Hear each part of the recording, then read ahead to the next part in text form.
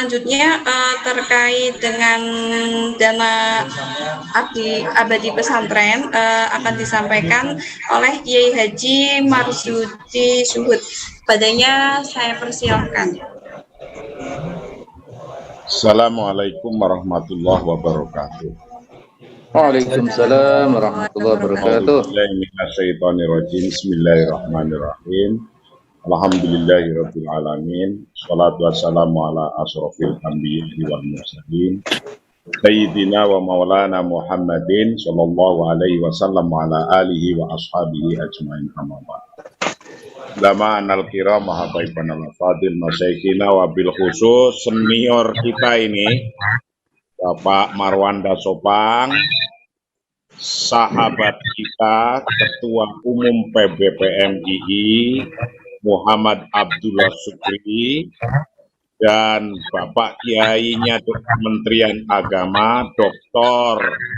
Kiai Haji Waryono MAG, dan Bapak Muhammad Ilham Tamrin, serta Dr. Kiai Haji Abdul Ghaffar Razin, yang mudah-mudahan dimuliakan oleh Allah. Amin, amin. Inti daripada perjuangan yang telah disampaikan oleh sahabat senior Bapak Dr. Kiai Haji Marwanda Sopang ini memang tidak mudah untuk mendapatkan sampai titik ini. Saya mengerti betul dimulai dari membuat undang-undangnya. Undang-undangnya tahun 2019 sampai keluar produk turunan aturannya, yaitu Perpres yang ditandatangani 2 September 2021 ini. Pendidikan di Indonesia yang namanya pesantren itu asli pendidikan di Nusantara, di Indonesia. Yang dari pesantren itulah sesungguhnya para kiai-kiai membuat warisan. Allah memberikan warisan kepada kita dua. Tsumma awrasnal kitabal ladzina astofaina min ibadina wa minhum dzalimun li nafsihi wa minhum muqtasid wa minhum sabiqum bil khairat. Allah membuat warisan dua untuk kita, yang kita ini termasuk alladzina astofaina min ibadina, orang-orang terpilih seperti pejuang kita dalam undang-undang ini dan Perpres ini. Bapak Marwanda Sopang ini pejuang betul yang dipilih oleh Allah memang untuk ikut ngurusi itu. Nah, kemudian ketika Allah sudah menurunkan dua warisan, yaitu berupa kitab suci Al-Quran dan Sunnah, bagaimana untuk meneruskan ini, untuk mengajarkan ini, untuk menyebarkan warisan dari Allah ini? Maka para kiai-kiai bikin namanya pesantren. Pesantren itu sendiri warisan dari para kiai-kiai. Yang kemudian kiai-kiai itu bikin warisan lagi, namanya Nahdlatul Ulama. Nahdlatul Ulama adalah warisan daripada kiai-kiai. Yang kemudian Nahdlatul Ulama membuat warisan lagi, namanya Negara Kesatuan Republik Indonesia. Negara Kesatuan Republik Indonesia inilah yang didirikan oleh para kiai-kiai, oleh para kiai pondok pesantren yang sekarang jumlahnya lebih daripada 26.000. Dan nanti datanya ada di Kementerian Agama, Pak Waryono bisa menyampaikan. Pesantren, kiai pesantren punya warisan NU, NU punya warisan Republik Indonesia. Nah, ketika Republik Indonesia didirikan oleh kiai-kiai pesantren, memang zaman dulu pun sudah ditawarkan bagaimana kalau pesantren masuk dalam APBN beberapa atau dianggarkan oleh APBN. Zaman dulu pro kontranya pun ada, sehingga banyak kiai-kiai yang belum mau menerima. Perkembangan zaman sekarang, alhamdulillah sudah nyampe di titik di mana perpres ditandatangani. Kalau kita muter sekeliling negara kita, saya itu kemarin baru dari Uzbekistan, negara baru ini, negara baru. Begitu pula di Turki, sampai kuburan saja itu dikelola oleh negara, kuburan loh ya, dikelola oleh negara. Dibangun, bangunannya megah. Pegawai yang ngurusi kuburan itu adalah pegawai negeri. Nah, pertanyaannya, para kiai-kiai kadang-kadang guyon. Semua yang dulu didirikan oleh kiai, semuanya sudah diambil negara, kecuali ngurusi mayit, gitu guyonannya. Ngurusi mayit masih urusannya kiai katanya. Yang lainnya, zakat, infak, sodakoh sudah diurus negara. Haji sudah diurus negara. Apalagi itu, nikahan dulu urusannya para kiai, sekarang sudah diambil oleh negara, dan lain-lainnya. Memang di negara-negara yang mayoritas Islam, itu tidak ada isu semacam ini.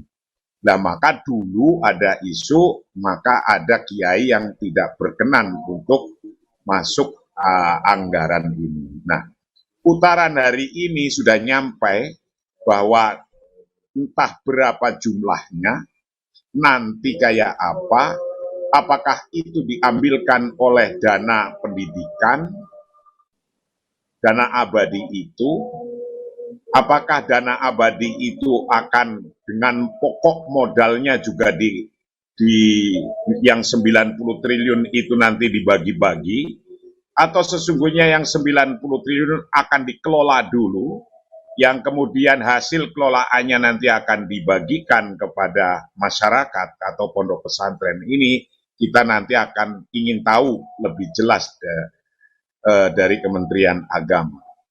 Seperti halnya dana abadi umat itu miliknya orang-orang jamaah haji zaman dulu, yang sekarang dikelola oleh BPKH, yang di BPKH itu kemudian diinvestasikan, maka modalnya itu tidak berkurang. Yang dikasihkan ke masyarakat sebagai dana abadi umat ini adalah hasilnya. Nah, nanti apakah ini termasuk karena disebut dana abadi, ya mungkin dana abadi itu berarti pokoknya modalnya tidak akan mengurang. Mungkin begitu, atau yang disalurkan itu adalah termasuk pokoknya. Nah, ini mohon nanti dijelaskan. Nah, plus minusnya orang zaman dulu kiai ada yang menolak, ada yang beralasan bahwa memang nanti tidak independen yang namanya pesantren. Atau nanti ketika tidak independen nanti bisa merugikan, karena sesungguhnya pesantren berangkat dari masyarakat. Itu zaman dulu diskusinya begitu.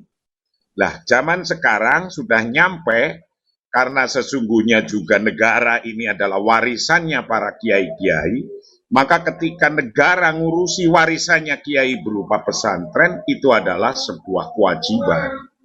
Yang itu termaktub dalam rukun negara. Kalau saya menyampaikan, negara Pancasila itu ada 3 rukun. Ini mencakup rukun yang kedua. Apa rukun yang kedua itu? Rukun yang kedua adalah al-jam'u baina maslahataini, maslahah amah wa maslahah khosoh. bagaimana rukun di negara Pancasila yang merupakan warisan dari Nahdlatul Ulama, Nahdlatul Ulama warisan daripada Kiai Pesantren, maka warisan ini, Negara Kesatuan Republik ini menjadi memungkinkan untuk ngurusi yang mewariskan itu atau yang mewarisi itu, yaitu pesantren. Nah, dalam konteks al-jam'u baina maslahata ini, pemerintah atau kita ini sebagai umat pondok pesantren menyatukan antara dua kemaslahatan, yaitu kemaslahatan amah untuk publik, kemaslahatan untuk publik, untuk umum, untuk orang banyak, dan kemaslahatan khosoh, kemaslahatan fardiyah, kemaslahatan individu-individu. Kemaslahatan publik itu di negara-negara, tentunya di Timur Tengah atau manapun, itu biasanya memang totalitas ditanggung oleh negara. Yang untuk kemaslahatan amah, sekolah-sekolah ditanggung semua oleh negara. Yang mencerdaskan bangsa ini ditanggung oleh negara. Nah, bedanya di Indonesia, kalau semuanya totalitas ditanggung oleh negara, negaranya belum kuat ketika itu. Belum kuat. Sekarang biayai yang negeri-negeri saja, itu baru setelah reformasi ada peningkatan anggaran khusus, yaitu anggaran pendidikan yang besar setelah ada reformasi. Nah, ketika ada reformasi kemudian kita tidak mau juga reform diri kita, ya kita nggak akan mendapatkan apa-apa. Nah, ini usaha kerasnya para mujahidnya Bapak Dr. Marwan Dasopang antara lain yang sekarang ikut di sini. Untuk maslahatil amah ini memang pasti nanti butuh penjelasan yang sangat jelas, seperti pertanyaan barusan, Ma'had Ali masuk atau tidak. Lalu yang kayak apa sifatnya yang dapat anggaran ini, yaitu anggaran untuk dana abadi pesantren ini. Pesantren yang harus mempunyai siswa berapa, pesantren yang harus mengajarkan apa, pasti nanti akan ketemu definisi pesantren. Setelah adanya undang-undang pun sudah ada definisinya. Nah, di NU sendiri itu banyak ragamnya. Yang tadinya pesantren itu hanya mengajarkan agama saja, salaf, kelasnya itu ngikutin kitab. Yang zaman dulu saya pesantren, kelasnya ngikutin kitab, Jurmiyah, Imriti, Alfiyah, dan seterusnya. Dan sekarang sudah pesantren-pesantren ini mengembangkan dirinya menjadi, kalau dulu tidak punya sekolahan, sekarang sudah hampir mayoritas sudah ada sekolahnya semua. Memang ketika sekolahan, dana yang disalurkan dari Kementerian Pendidikan itu alurnya jelas. Lalu untuk pondok, ketika yang punya sekolahan, itu bagaimana? Apa untuk pondoknya, atau untuk ketika belajar diniyahnya, atau belajar kitabnya, agamanya yang dapat itu. Prinsip dari memberikan dana sebuah pemerintahan kepada lembaga pendidikan itu adalah prinsip maslahatul amah yang mestinya kewajibannya pemerintah, memang kewajibannya pemerintah untuk membiayai pendidikan itu. Apalagi sekarang terus berkembang. Pesantren pun model-model sekarang. Yang dulu namanya pesantren salafiyah ya miliknya NU. Tapi sekarang pesantren salaf itu sudah bukan NU lagi. Yang membunyikan, mengatakan, membuat kata-kata salaf. Dulu salafiyah, kalimat itu milik kita. Sekarang kata salaf kadang-kadang sudah dipakai oleh orang lain. Nah, yang salaf semacam ini juga apakah termasuk di dalam situ atau yang memang ada sekolah-sekolahnya ngaturnya bagaimana? Itu adalah rukun yang kedua, al-jam'u baina maslahatil amah wa maslahatil khosoh, yaitu menyatukan antara kepentingan publik dan kepentingan individu-individu. Di dalam pesantren ini ada dua kepentingan. Kepentingan publiknya untuk masyarakat banyak, kepentingan individunya adalah pribadi-pribadi para santrinya yang ingin belajar agama. Nah, dari konteks bagaimana NU punya warisan negara, kemudian pemerintah ini mau ngurusi, itu sebuah kewajibannya, kelazimannya, kewajibannya. Itu pun butuh sekian puluh tahun untuk berjuang.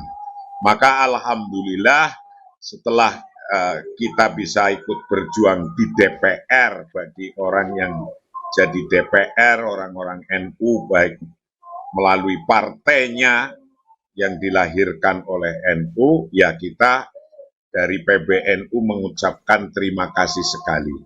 Dan mudah-mudahan ini juga nanti akan mulai sampai kalau ini APBN atau APBD, pasti akan diaudit. Nah, ketika audit ini mau tidak mau penyalurannya harus benar. Ketika tidak benar dianggap hibah kayak amplop yang dikasihkan oleh masyarakat ke kita, tidak ada audit, itu akan menjadi persoalan sendiri. Dan yang sedemikian ini mudah-mudahan kementerian yang menyalurkan harus jelas bahwa ini pasti diaudit. Nah, itu harus jelas. Sehingga nyata tidak ada masalah seperti zaman dulu. Dikasih koperasi dikasih, dikirain dikasih saja. Dan ternyata itu uang negara yang diaudit. Banyaklah hal yang menjadi negatif kepada penerima-penerimanya karena dianggap hibah atau sodako. Itulah sekelumit yang saya sampaikan. Selain saya terima kasih dan mudah-mudahan Kementerian Agama bisa dapat ada dirjennya sendiri, perjuangannya. Mudah-mudahan Pak ini semua bisa nyampe bahwa kita sebagai yang mewariskan negara ini, maka sepantasnya dan terima kasih kepada Pak Presiden Joko Widodo yang telah menaikkan Perpres pada tanggal 2 September 2021. Terima kasih, cukup sekian. Wallahul muwaffiq ila aqwamit thoriq. Assalamualaikum warahmatullahi wabarakatuh. Waalaikumsalam warahmatullahi wabarakatuh.